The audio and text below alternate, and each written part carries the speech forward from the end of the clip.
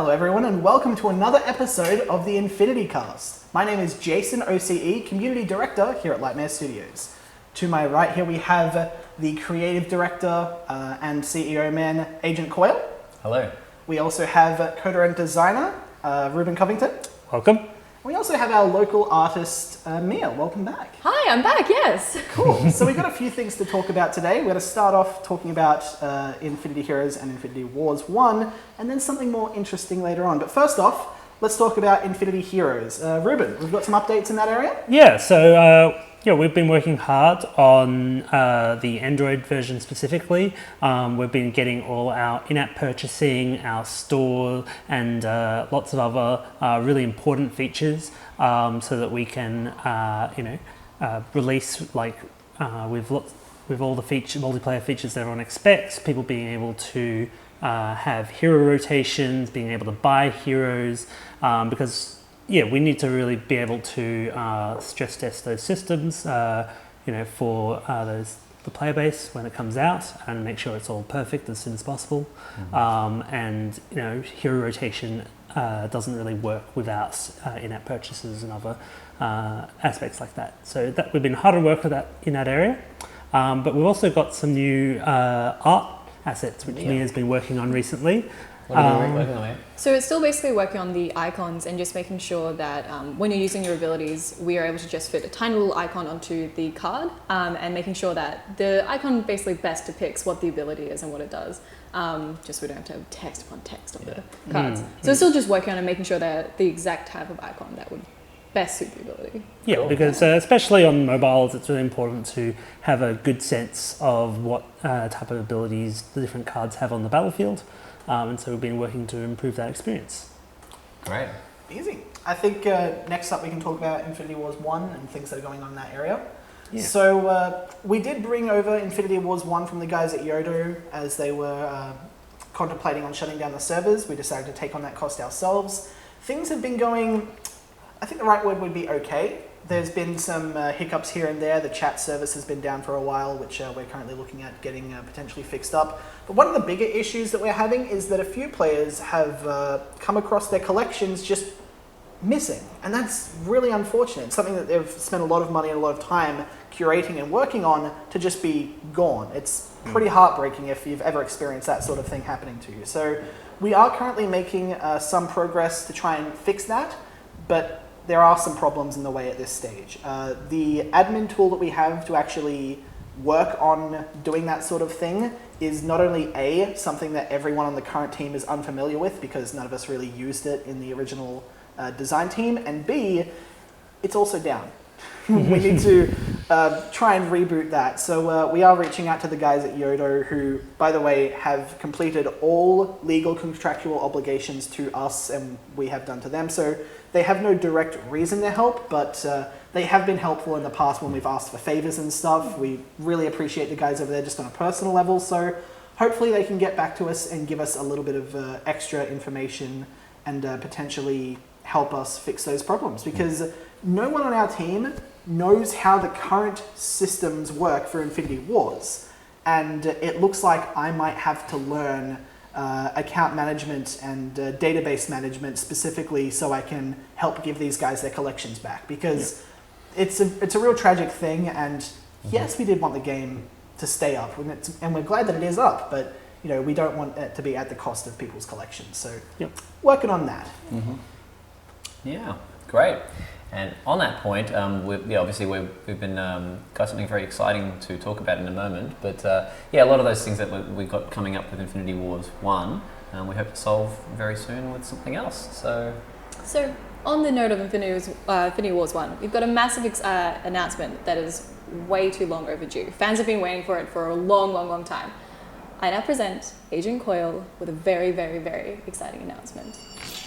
Hello Riff Runners, Elfie Coyle aka Agent Coyle Prime, Managing and Creative Director of Lightmare Studios, with the official announcement of Infinity Wars 2. So after some promising talks with some formidable publishers at Gamescom in Germany during August and Game Connect in France during October, we've officially begun pre-production on Infinity Wars 2, which will be a true sequel game designed to do justice to the original game that so many of us loved, and with more of a focus on functionality and future-proofing. So if you want to see Infinity Wars 2 at all, there's one thing we need you to do right now, and that's head to the page in the description and add Infinity Wars 2 to your Steam wishlist. If a fraction of the original player base shows their support for Infinity Wars 2 in this way specifically, it will help finalize a deal with publishers, and if 10% of our players add it to their wishlist, we hit numbers that essentially guarantee a favorable publishing deal, so we can do the game justice. The reason we need you to put this on your wishlist specifically is that publishers are increasingly looking for existing IPs that have passionate, invested player bases, and while we can say that we have that, it's much easier to show it. We understand the importance of having many heads on a project, and an ideal team is necessary to create a game to the scale it deserves to be. And that's why we'll be looking at co-development opportunities with studios whom have got good relationships with us, or just studios who are amazing at what they do, preferably both. Creating a team for that from the ground up would be time-consuming and tedious, and frankly doesn't play to our strengths. So instead, we'll be recruiting an established development team that has a proven cohesion and the wide array of necessary skill sets needed to create what we've envisioned. We're currently in the design and resource planning stages of pre-production, so the best thing you can do right now to support us at this stage is to head to the Steam page and add Infinity Wars 2 to your wish list and share it with your mates who have been playing Infinity Wars back in the day. We have so much more to announce, so stay tuned for the InfinityCast, where we share some of the new systems with a focus on the alignment purity system. Looking forward to seeing you guys in the new rifts. So exciting! So exciting! Yeah. It's pretty hype. It is, yeah. Alright guys, so make sure you head to Steam, make sure you add Infinity Wars 2 to your wish list in Steam, share it around, make sure your friends know. It will especially make sure that we give you updates on when it comes out and what's happening, as well as just general information that we can give with pre-orders and everything. Exciting. Yeah, very cool. Thank you. Great, so what we're going to talk about now, we're going to talk about, some of the stuff that's going to be coming across into this new game. So you've got a little bit of an overview there from that announcement, but we'll just dive into a few little things. So, yeah. We're going to be carrying across some of the most well-known and beloved systems from the original game. So we're looking at things like drafting. We're definitely supporting competitive play, and a lot of the elements that you know and love. We're still, obviously a lot of design work still to go about the exact details of many of the systems, but we're wanting to make sure that this is true to the original Infinity Wars, while keeping enough new stuff to make it an exciting sequel. Yeah, not to mention actually improving on certain systems and stuff that have been really reworked and have been due for an upgrade for a while. So, Absolutely. I think one of the things I'm most excited about personally is I've got a little proposal for a remake of the draft system that gives it a whole lot more incentive to not only play casually as a fun game type, but also to be competitively viable as a thing to, showcase your actual skill in the game and give you a whole lot more rewards and recognition in that area, which a lot of people have been wanting a little bit more recognition for their amazing high-level play, and that's just one of the things that I've got my eyes on at the moment, which is really exciting. I mean, we've seen with lots of other games that draft can be just as, if not more, skill testing as pre-constructed decks, and so they're it's a very fun playing and watching experience. So we want something we'll definitely want to concentrate on. Great. Absolutely. I mean, can we move on to the next section now? Yeah. So. Responding to fans. Yeah. I mean, we get some. we get some. Yes. We get some pretty cool comments. In the last video, we didn't really spend that much time talking about fan interaction as much as we could have and should have. So we're going to take a little bit of time now to go through some of the comments left on both YouTube and on Discord regarding what was said about the last podcast. Very top comment we have here from Phil, also known as Adora Bear. Good job, Mia. Also, Jason, keeping it real as usual. What a ledge. I do what I can, and I very much appreciate that. This world is so much better without PR walls in the way. It's easier to just talk to you guys as real people, because end of the day, we're pretty real people. You may not have met us, but I can verify this is skin and bone. We're pretty real. People definitely so excited to hear more about the original Infinity Wars and the possibility that it's coming back as a sequel. And so it's definitely hearing from our from the community, etc., is part of what got us to look at starting this as a new project. Yeah, absolutely, and we are carrying across a lot of the content from the previous game, and plus working on the idea of new packs. So there's some requests in here for love to see new rare packs for IW. So we'll be giving that to you, but just in a different form and with 2019 production quality. So it's pretty cool. Any other comments we want to talk about in there? Also, just the response that we've gotten so far, they're just so lovely. Like, you guys are so supportive, and it's just so absolutely lovely to just like everybody here. Also, please ignore my pale skin. I was wondering, we're going to count that one as a positive one. Yeah, that but one. We're going to count that as a positive Please ignore one. it. I mean, I am pretty grateful that the community has been so well receiving of you specifically. It's really nice. I'm really flattered, actually. I've just come on board really recently, and just to have this response, and even just the welcome that I've had with you guys, it's honestly so lovely. That's great. Like, we're a company, but we're also family.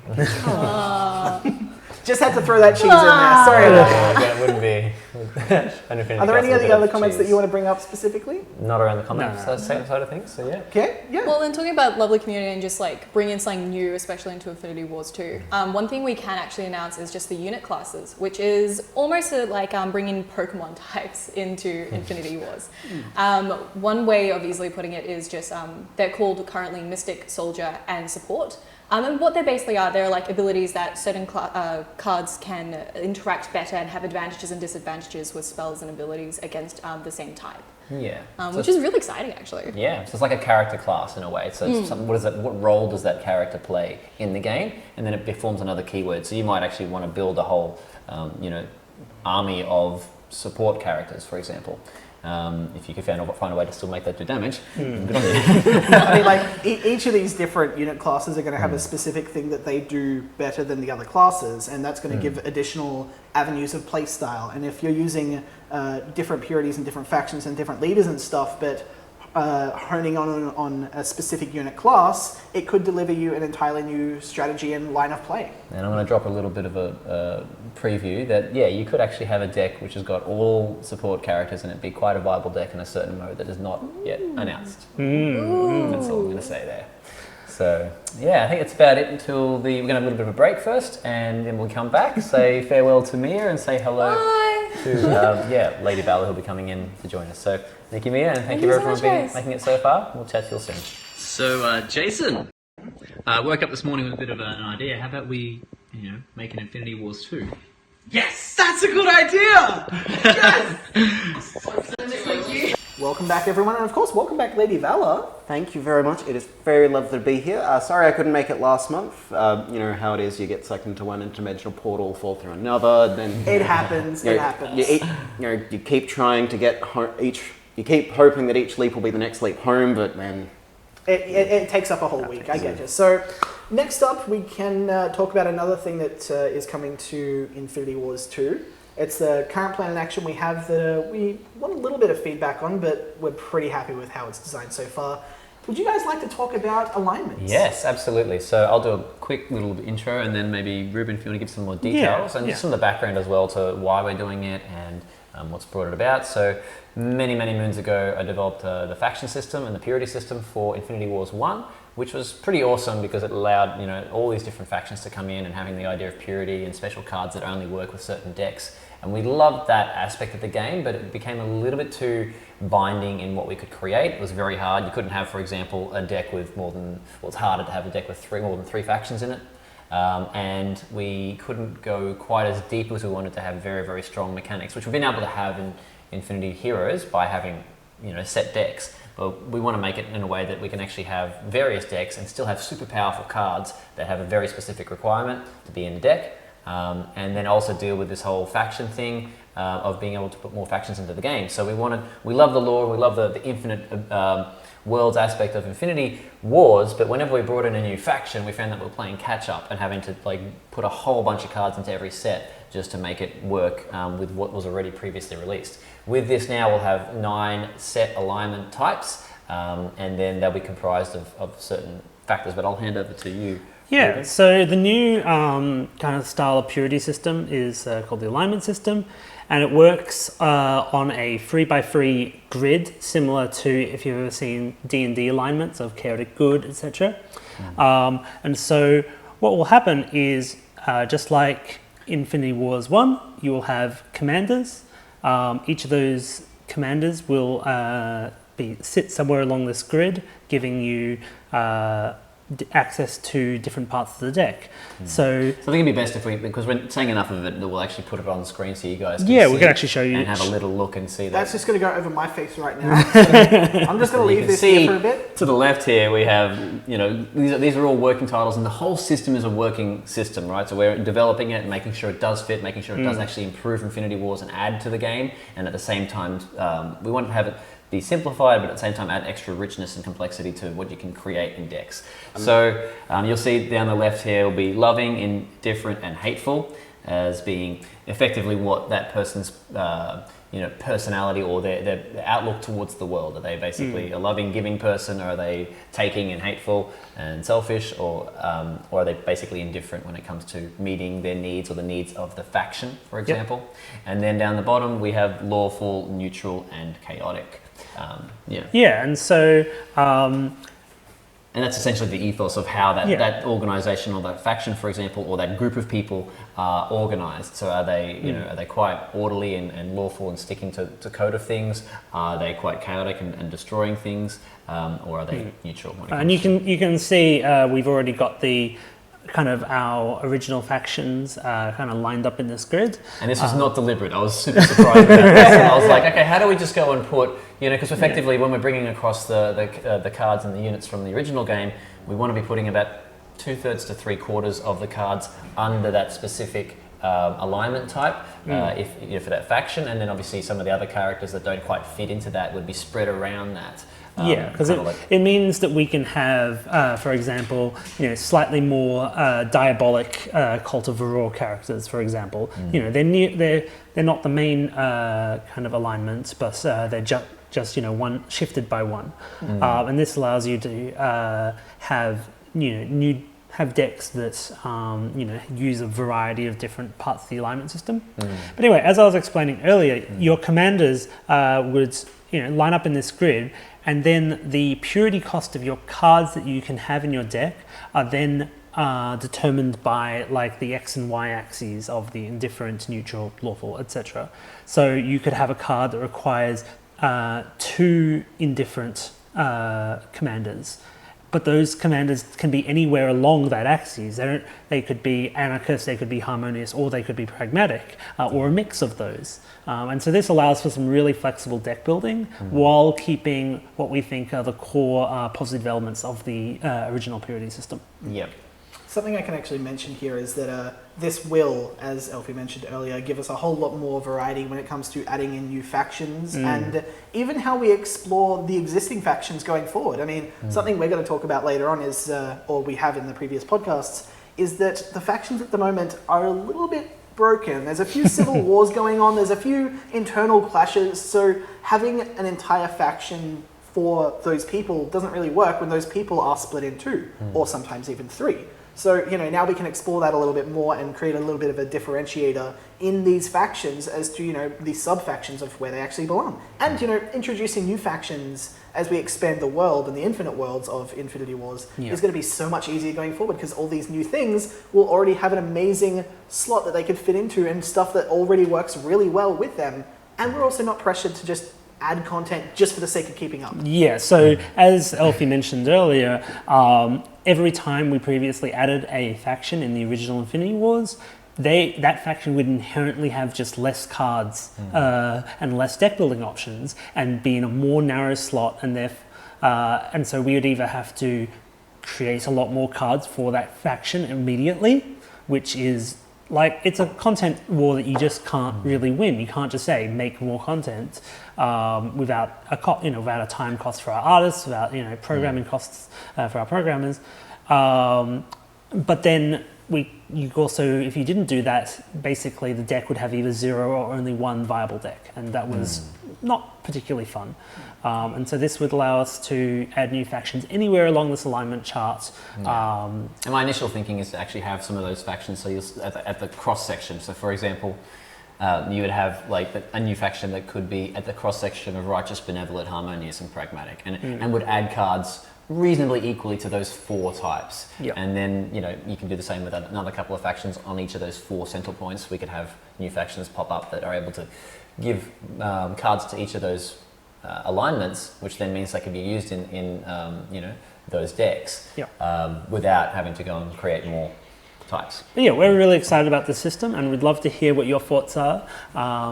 Do you think this is a great evolution of the Infinity Wars 1 purity system that you all know and love? And just to make it very, very crystal clear for you guys how it's initially looking to work, when you pick a commander, that commander will have a particular alignment. So they might have righteous, harmonious, or something from the inside of the graph there, and they will end up contributing 2 bits of alignment contribution. So there would be, for example, Diabolic would give 1 lawful point and 1 hateful purity point. And then the cards will again have their requirements, which are alignment requirement. And so that might say it needs a lawful and a hateful point to be able to be brought out into play. Yep. So that one commander could fulfill that requirement, or you could use, if you wanted to have hateful and lawful again, you would go with malevolent and a pragmatic card, would then allow the card that has those 2 requirements to be put into the deck. Yeah. And just like the original purity system, we can do double requirements, triple requirements, etc. To either increase or decrease the deck building cost. So it maintains that flexibility where we can have really powerful cards, but they have a cost of requiring you to have a lot of dedication to that specific alignment. Yep, absolutely. It's great. It's a great overview. Thank you. Yep. Yeah, One of the things we do want to double down on is we love to hear from you. If you think this is a great idea, if you think it's an idea that needs work, leave us some comments either in this YouTube or on Discord. We've been a little bit more active there. Something else I can actually talk about is regarding the whole idea of feedback. Community feedback from the best players is super important. Back in Infinity Wars 1, we had the Council, which was some of the best, most dedicated, most skilled players who had extreme amounts of knowledge for the game itself, were actually helping fuel some of the best designs going forward and helping with card balance and set creation, that sort of thing. And they were an absolute brilliant resource. Unfortunately, with the transition as we moved over to co-development with Lightmare, these guys were these guys were unfortunately left in the dust, and they were told, we don't really need you anymore because, we know what we're doing, and they proved that that's not entirely the case. There was some good stuff that came about, but there were some unfortunate problems that the council would have, and in fact did pick up on quite early. And, I do need to say as a quick, we're really sorry about how that actually fruition. You guys deserved better than that. You dedicated so much time and effort to this game, you didn't deserve to be treated like that. So one of the things that I'm doing as my role in community director is I'm trying to re-establish the council. And I've already reached out to a bunch of the people that I do have contact with, and I've got them on the Infinity Heroes Council. But going into development of IW2, we will be having the council pitching into that as well. So if you were a part of the original council, or if you believe that you are a very dedicated, very skilled player, reach out on Discord. We'd love to hear from you, because player feedback and development with the assistance of the actual community that we make the game for is super important. Having that sort of resource there is super amazing, and you guys need to know that we do value that, and we will be valuing that going forward. We can't do this by ourselves. And yeah, I acknowledge that we obviously we've not dropped the ball. We dropped the ball by not actually connecting you guys properly enough, or insisting on actually working with the council enough. Just want to say that obviously without Yoda 1 there wouldn't be an Infinity Wars currently. There wouldn't be any possibility for Infinity Wars 2 likely either. So we're very grateful for them, and they made the best choices that they made at the time, and the same as we've made choices over the years that in retrospect we're like, why do we do that? Now we know, right? So we've had many years of experience making mistakes, and the more mistakes we make, the better decisions we can make in the long run. But just wanted to make sure we're acknowledging everyone and just say that we're all doing the best we can. And it's with your support that we're able to do a better job. So thank you, and we welcome that. And we love you. Lovely. I'm bringing the cheese hard this podcast. It's mushy as heck. Yeah. Okay. So what else? We'll just go wrap it up from here.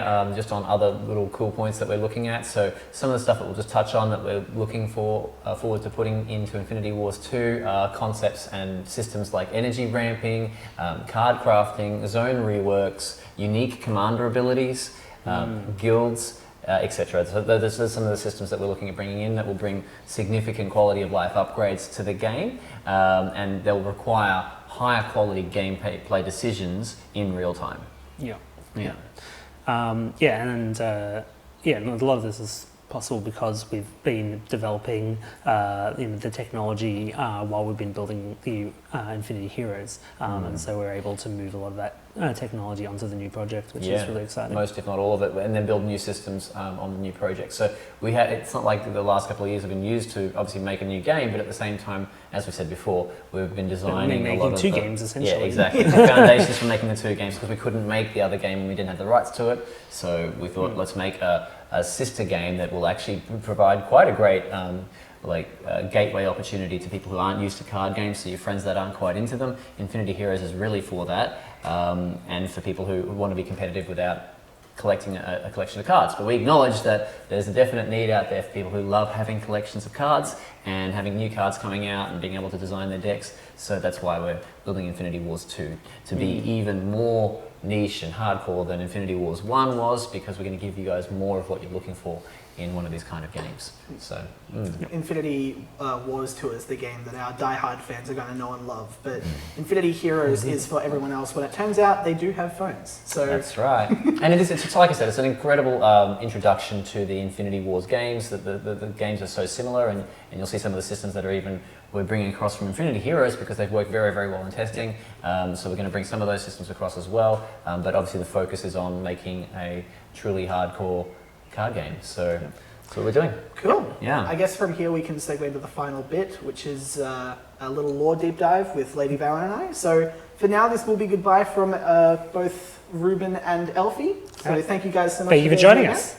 Thank you, everyone. We're looking forward to seeing you guys jump on there and give us that support around seeing Infinity Wars 2 on the Steam page. So link in the description. Yeah, and love all your questions and comments below about the new alignment system or any of the other things that we've been talking about, and we'll be able to answer what we can. And so obviously we've got to be a little bit careful around that. But we do want to be really working on this design process with you guys. So yeah, feedback is great. So thank you. Thank you. Thanks so much, guys. Hello everyone, and welcome to another lore deep dive on the InfinityCast. I'm Lady Valor, returning from my absence. And I'm Jason, also known as Jason. So today we're going to be going over specifically where the Warpath, the Overseers, and the Sleepers of Avarach are at their current state, and where the story will be moving forward a little bit. So would you like to start us off on where the Warpath are right now? Sure. So everything is great for the Warpath. I'm totally kidding. They got blown up to all heck during a huge fight with the Sleepers, potentially overwhelming their entire world, and, potentially overwhelming all of the worlds. The Overseers did the only right thing and decided that it would just be easier if there was nothing alive in the Warpath world. So, giant nuke happened, eliminated all of the Sleepers and almost all life entirely. And very few actually managed to survive. It was mainly just small tribes that were far enough away from the blast radius, or people that were somehow powerful enough to survive said nuclear apocalypse, I guess. However, we have 3 characters specifically that will be helping us with the Warpath going forward. Yeah, they are. Sorry, one of them involves a newcomer, Agent Kale, and 2 oldcomers, Agent Cheryl and the Wise Hermit. Together, they're going to be working towards using magical means to try and resurrect the Warpath that were annihilated. One of the other things to mention with the Warpath at the moment is that they are very, very disorganized at the moment. During the place who remember the first, you went through the first Infinity War, you'll remember that the one figure of the Warpath who united all the tribes together and rose them up to face the Sleepers got robot zombied. Very hard. Hakim the Corrupted is. And they also lost their spiritual leader as well, the Prophet Karani, who was actually responsible for bringing the Overseers into the old world and bring about the solution to the Sleepers. So not things are not going great for the Warpath. It is currently a time of crisis, and while things are on the potential upswing thanks to the help of Agent Kale and Agent Cheryl, as well as the Hermit, their powers combined are bringing back a lot of the life that was lost. Not all of it, just some of it. And we're hoping that that can see the potential rebirth of a new kingdom and a new Warpath. But right now, things aren't good. They are still in the very early stages of recovery. If this was a place, this would be the ICU that these guys are currently stuck in. Like, it is a critical condition, and while things can get better, it's going to take some time. Yeah. All right. I think that's everything for the Warpath. Let's move on to the Overseers. All right. So, moving on to the Overseers. Hectic is a word that's thrown around a lot these days. I think it's very admittable to the Overseers at the moment. We've currently, as we mentioned, we had the leader, Sol, is currently basically going full-on oppression for trying to police the entire multiverse, specifically the rifts that act as gateways in between, different in between the different dimensions. And some of the Overseers are not too happy with that. With his second in command, Lalaria, currently leading a resistance/rebellion to try and take control. Do you have any notes or anything you want to mention on regards to those characters? Sol decided that sleepers were bad, and Lalaria decided that genocide was bad. So these two conflicting principles are the essential, key elements as to the internal war that's currently raging for the Overseers. But outside of that, after what the Overseers did and just their general holier-than-thou attitude, they've made a lot of enemies with, basically everyone that exists. No one really likes the Overseers at the moment, except for the Flame Dawn. The Flame Dawn, it's less that they like the Overseers and more similar to their relationship at the start of the lore with Genesis. They get access to terrifying weaponry and the ability to just wage war on the entire multiverse. That's what the Flame Dawn get out of this. And the Overseers in return sort of have like a hound dog. So it's less a friendly alliance, and like. I mean, like the terminology we use, like when we were discussing this earlier on, was like, I feel like the Flame Dawn would have a shaky alliance with the Overseers, and Josh's response was, I'm pretty sure that any alliance the Flame Dawn have is just shaky in general. Yeah, it's always it's like a temp job more than anything. Like, you go in there and you're working and you respect your boss while you're doing it, but deep down, you just give them a little shank in the back on the way out. Yeah, that threat is just always there with the Flame Dawn. They're a little bit unpredictable. Mm. So that's Overseers touched on. Right. Sleepers? And lastly, the Sleepers are currently doing their main thing they're doing at the moment. This might come as a surprise, Jason, so you're going to need to maybe grab onto the table or something for us. The Sleepers are currently sleeping. That's right. Turns out they have lost when you've overrun a planet of your kind with your own kind, and then everything on that planet, on that world, gets just vaporized. There's not really much else for you to do apart from sleep and build your numbers slowly. Currently, the main rift to their dimension was closed off by Sol, I believe it was. I believe so. The Sleepers, Overseers. Either Sol or the Overseers in general. So their main access of entry to the multiverse is gone, but in just certain places and certain times, like space-time just gets wonky and wacky, and some sleepers are able to get through. And one thing that we sort of learned from that is the virus is evolving, and not in a good way. Yeah, things are not doing well at the moment regarding the Sleepers. They are locked into their world completely, so we're safe from them for now, but being left by themselves, having absorbed all the information about how everything around them perceives them and fights them, the virus is getting smarter. And just like how actual viruses work in the real world, if you use a certain antigen against a virus, it will grow resistant to it. So this amazing technology and this amazing stuff that we have specifically to counteract the Sleepers of Avarak is going to be less and less effective going forward because they're just mutating and changing to be more resistant to it. So while we can handle a few zombies coming through a micro portal that opens up somewhere, it's not looking good. And they are going to eventually become, once again, a great threat to just existence, which is a bit of a big deal. It's a bit hard to kill. As Sol found out, and the overseers, it's very hard to kill something that doesn't technically die. It does make things difficult. That's kind of all of the factions that we've actually got in the game that we've talked about. So I can say for the next video, if we're going to be doing more of these, we'll be talking about more specifics about how the portals are designed and a few individual characters that we want to bring a little bit of extra light to and potentially make some corrections and adjustments to. That's right. For example, Agent Coil. Next week is going to be our very first individual character spotlight. So, well, not next week, next episode. So, yeah, look forward to that. Yeah. And we've got a couple of little sneaky surprises about the lore as well coming up. I think things where I'm very excited for us to get talking about. I know. It's going to be pretty fun. It's going to be pretty hype. It's going to get weird. Don't tell them that. It was already weird, though, to be completely fair. Are you saying the universe of furries and robot zombies and kick-ass angels and demons is a bit not normal? Is that what you're suggesting? A little bit. Controversial opinion, I know, but yes, it is not normal.